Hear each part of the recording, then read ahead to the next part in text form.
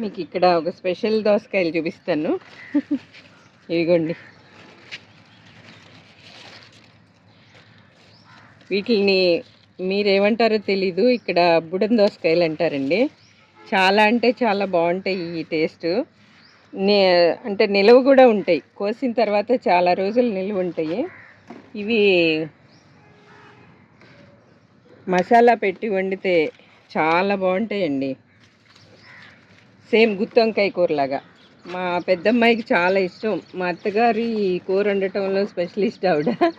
నాకు ఈ కూర మా అమ్మ వాళ్ళ ఇంట్లో అంత వండేవారు కాదు, అందుకని మా అమ్మాయి వాళ్ళ నాయనమ్మతో వండించుకునేది. రాగానే నాని ఫస్ట్ ఈ బుడం దోసకాయలు తీసుకురా, ఈ కూర వండి పెట్టనేది. ఈ సమ్మర్లో దోసకాయలు ఏ వెరైటీ వేసినా కూడా బాగా కాస్తాయండి.